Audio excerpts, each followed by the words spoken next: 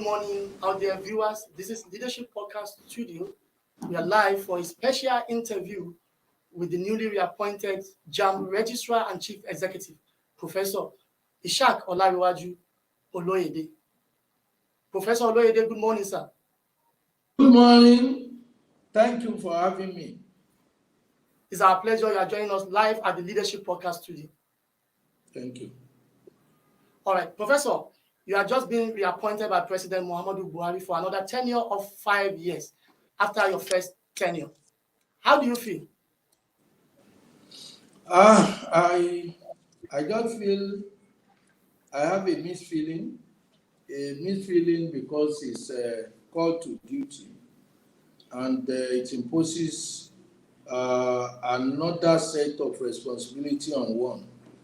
I have a feeling that is an indication of confidence in one, which requires that one will have to ensure that one does not betray the confidence. All right, Professor. Before your reappointment, you oversaw the conduct of the 2021 Unified Tertiary Matriculation Examination, the 2021 UNTE, and there were reports of mass failure. It was reported that only 14% of the candidates passed, while 86% failed. What will you say was responsible for this? Number one, I don't agree with your statistics about I read it too, but I do not waste my time on issues that are not frivolous or rumors. I don't know where anybody. There are so many inaccuracies in such assertion. Number one, what constitutes a pass mark? Number two, failure by whatever way you determine failure. Those who can be said to have passed cannot in any way be made to be 50%, not even to talk of 14%. So the figure that people are just parading, they are not true. As far as I'm concerned, I'm very happy about the results because it was a true reflection of the situation. With the introduction of the national identification number, I expect that a number of sharp practices will be detected and will not be accommodated. So because of that, we were expecting that we would now be having correct results, because last year, for example, we had over 2 million candidates who registered for the exam, who took the exam, over 2 million. And we knew that that figure was not accurate, but that was the figure we had. We conducted for them. And this year, with the thanks to the federal government that national identification number should be used, and we have 1.4 million. And in order to be sure that some people were not shut out because of name, we then went further to say anybody who was interested in registering but hindered by name should submit his or her name. We gathered only 40,000 or so. Even if you had those 40,000 who are unavailable, it's still not going to reach 1.5 million. That which means 500,000 impersonators had been shut out. So now we go again. Those who are examination takers who take this exam for the candidates, many of them could not do so because of the linkage with name this year. So the students were, and that's why we have many candidates who collapsed in the examination hall, because they were faced with reality. You know that shortly before the exam, a group of people circulated what they call questions. And when we saw them, we didn't refute that they were fake, because anybody who believed in such deserved to be shocked. So we didn't say anything because we believe we look at the questions. They were not our questions at any time. And people said these are UTME questions. Say good. And that was why many of the students fainted in the class. One of them had to confess that his father had bought A, B, C, D for him, And there was even a case of a candidate that when he just shouted in the class, "No, this is not correct." And when people asked him, "What's no?" he said he had been following the one given to him by his father, but here is a question that he himself knew the answer, and the answer given to him was not correct. So the boy had to shout like a madman. So what we are saying in effect is that I'm very happy. I like what came out because that was the reality. There was no pass or fail in JAMB because UTME exam is a ranking examination. And I always give this example. It's just like you're a father and 4 children. You want to travel with your wife, and your car can only accommodate 2 of your children, and you have 4. And you set a set of questions for them, and say the first 2 among you will follow me. One of them scores 9, another one scores 2. Will you just take 9 and go with the 2? Because what qualifies them for the journey is not the test. It's because they were your children. What qualifies somebody for admission is not UTME. What qualifies him or her for admission is 5 credits, 5 O level. But because they are large, you now want to rank them. How then where do you come from the issue of pass or fail? So it's a ranking exam. I've had some suggestions, very funny suggestions about why can't you bank the result. It's not an achievement test. It's a result of achievement test that you bank.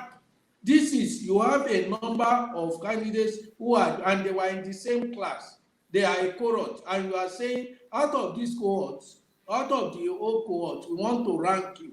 You are ranking that cohort. If somebody is coming next year, he's going to join another cohort, and he has to be ranked with them. We can't use this year rank and drop him into, because they are not doing the same examination. There are many funny things going on by people who are least educated about a matter, and they are dabbling into issues about which they are least qualified, and they are pontificating. And of course, many people listen to them. That's the type of situation we find ourselves in Nigeria. All right, Professor, in order to take the misconception away, now talking about reality, talking about ranking, now in every given examination or test, there is what we believe to be irreducible minimum. So in percentage or ratio, can you tell us for the record the percentage of those who passed, or the ratio of those who passed to those who faced the 2021 UMTE? I have told you that there is nothing called pass or fail. That is number one. Nobody has ever, I've not seen any registrar of JAMB who had ever at any year tells anybody that this is the pass mark. And it's not WAEC, it's not NECO. It's not an achievement test.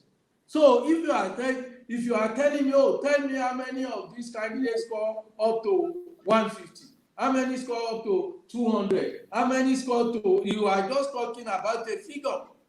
Because we can go as low as 50. For example, all those who want to study agriculture or education, if they score 0, they should be taken. 0, I mean not scoring 1, they should be taken. Because those who apply for those courses are less than the available space. You have over 300,000 spaces, and all those who apply for education, they are not up to 50,000, and they are not up to 40,000. So if you take all of them, you will still have a vacancy. So why are you ranking them?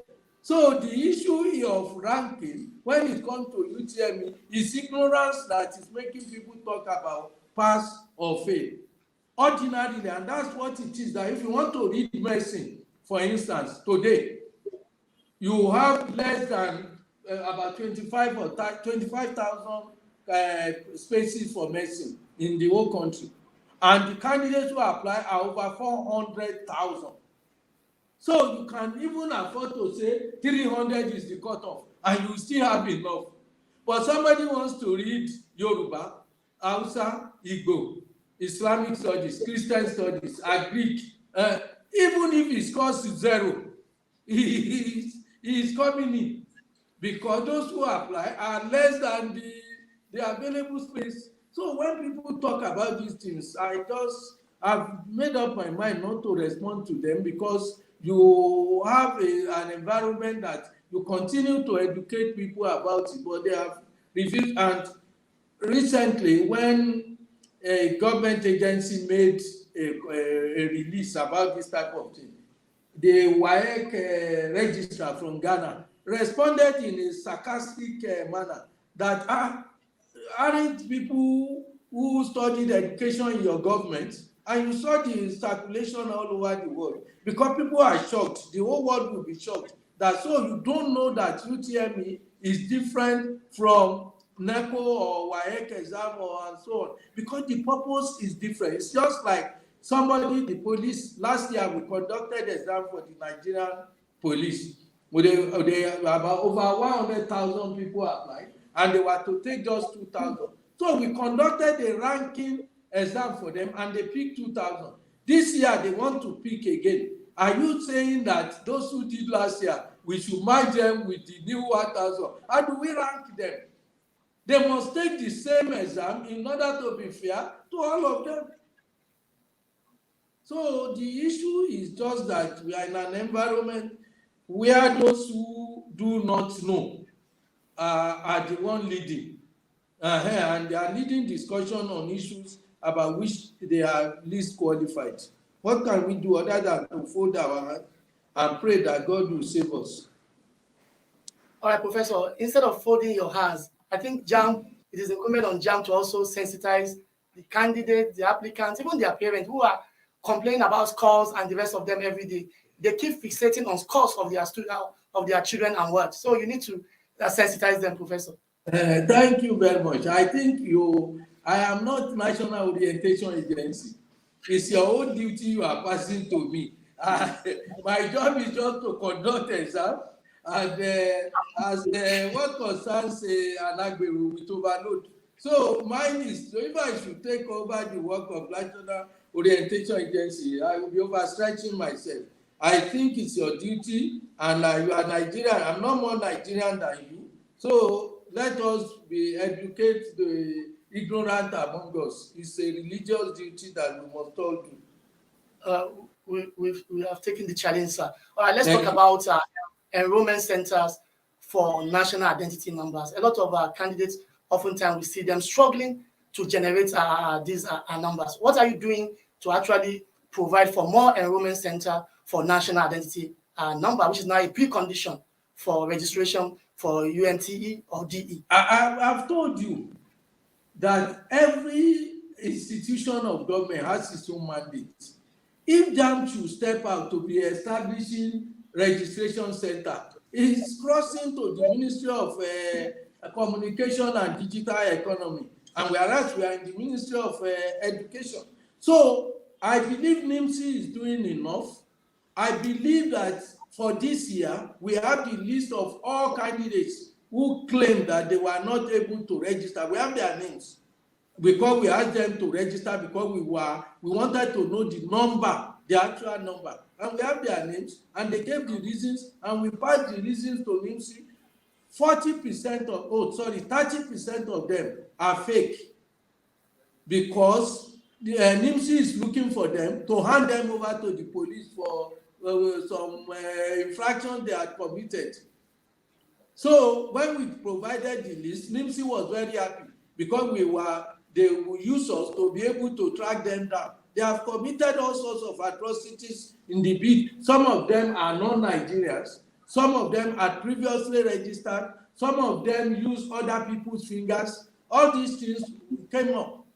But what we are happy about is that nobody can come out and say 1 million students will not register, because we gave them 2 weeks to, whether you have whatever your problem, come and register. And they registered, and we have their names, and we could beat our chest that those we shot out of the registration, they are just that number and no more than it. And of course, we can make it available on our website. All right. What about your own registration centers? We have cases of poor service delivery by your service providers, talking about internet connectivity. Yes, it's possible, that we have hiccups of internet connectivity, and MTN, Globalcom, Glo, and the MTN and Airtel. These are the people licensed not by me, but by government to do the exercise.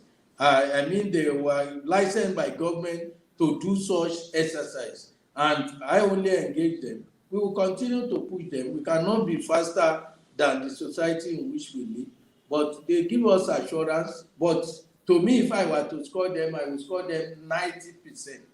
90%. I would score those service providers. They tried their best given the circumstances, but failure of network is not an issue. But one thing I must clear is that in Nigeria, there is people mix up things that are distinct. When you talk of registration and you are talking about, yes, I can understand that. But when you talk of our exam, we are not using these service providers during exam. They will use them before. When you say network failure, many parents, because their children fail exam, even this morning, I was speaking with a very, very high ranking government official this morning, and the child had committed fraud, and the parent was almost swearing, and the parent is such highly placed that you will be. I was wondering which kind, and I had to tell the old man that, how did you get to this level that you are nurturing a child that has become a criminal, first-class criminal, without you having the opportunity to detect, and you are still trusting when the fight before me showed that the boy should be in Kuje prison. So the situation is that many things are wrong, and let everybody do what he or she is expected to do, and by God's grace, we will clean the mess. I think, but it's a duty for everybody to do. All hands must be on deck for it. All right, Professor, before I ask you the last question, let me draw our attention. I thank you that this is going to be the last. Yeah, so before I ask the last question, Professor, let me draw attention to an incident narrated by one of the candidates during the 2021 UNTE. She said before she was able to round up the examination, her computer went off. And when the result came out, she scored less than 200. So she believed JAMB was responsible for her low score. So can you exonerate JAMB from all these things? Whether you contract salary, I don't you're not responsible for enforcement to get value for money. I don't need to exonerate JAMB. JAMB is not saint. JAMB is a human institution. JAMB cannot be perfect. So I will not attempt to exonerate JAMB. I would say anybody who has genuine, we have opened avenue for genuine cases. That's why we conducted mop-up. We looked back into our system, considered every case, and we called back 18,000 students to come and redo. So we opened a system, a ticket system, that you will report. When you report, there was another very highly placed person who claimed that his child scored 108 and the computer failed. We said good. But when we went into the system, the daughter attempted all the 180 questions and submitted on her own after finishing. So we have our responses, and we invited her, come, you answered this question. Tell us one question you did not answer. And the guy said, I was hurrying up because they told me that the computer might fail. So that was why, and she attended all the questions. So what do you say? Because the parents who are relaying these issues, they were not eyewitness. Your failed child must be able to give you a reason for the failure. So that is it. All right, Professor. We are at the saddle of affairs at JAMB for 5 years, from August 2016 to August 2021. And President Muhammadu Buhari, in his wisdom, has deemed you fit for reappointment for another tenure of 5 years. Your echo, your machine, your room, there is echo from your room there. All right, our technical people are trying to fix that, but I hope you are hearing me. Yes. So I'm not going to accuse you for the echo. Professor. Yes. What will you do differently? What will you do differently? I would not do anything differently.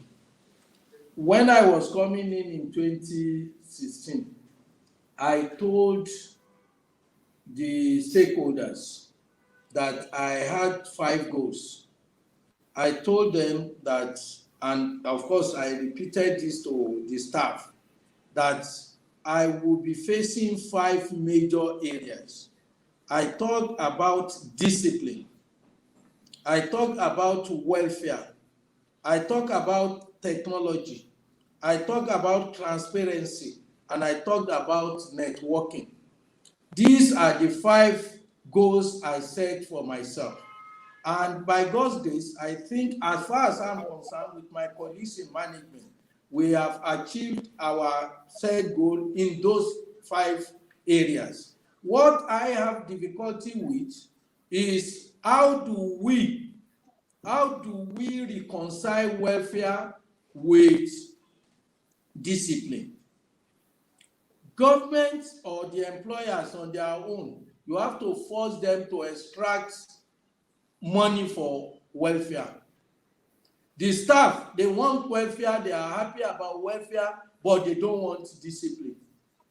So what the major problem I have that we have to resolve is how do you strike a balance between 2 extremes? Government that does not want to pay more than is paying, and the staff that want to take everything in this world without giving anything in return. And I think this is where the contradiction is. And that is why in the last 5 years, we have managed to increase the remuneration of our staff by at least 20%. There is no staff of JAMB that is not earning 20%, at least 20% higher than he was earning. I'm not talking of those promoted. I'm talking about whether you are promoted or not. We have been able to persuade government to increase their salary, especially out of what they earn as civil servants, by at least 20%, among other things, including health facilities and so on. Almost unlimited facility in terms of health. We will continue to do. It's not enough, but we expect the staff. While at the other end, there are few of the staff, very few of them, who believe that lawlessness should continue. That they want the welfare, but they don't want to give. That cannot be done. And that's why I'm saying nothing will be done differently.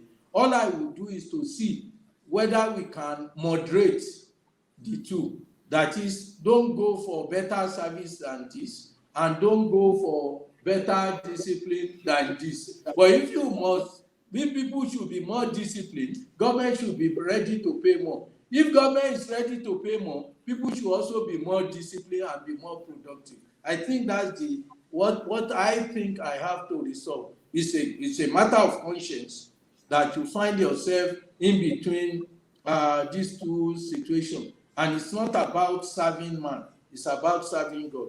When you are holding a public office, it's something that you have to account to God, not only to men. Thank you. Professor Ishaq Oloyede, we hope to see more of you at the Leadership Podcast Studio as events unfold at Joint Admission and Matriculation Board, and we wish you all the best in your new journey. Thank you. Thank you very much. I'm speaking with Professor Ishaq Oloyede, the newly reappointed Chief Executive and Registrar of Joint Admission and Matriculation Board. On this note, we've come to the end of this special interview. Many thanks to Professor Ishaq Oloyede for this wonderful opportunity. My name's Remain Body Badibo. Bye-bye for now.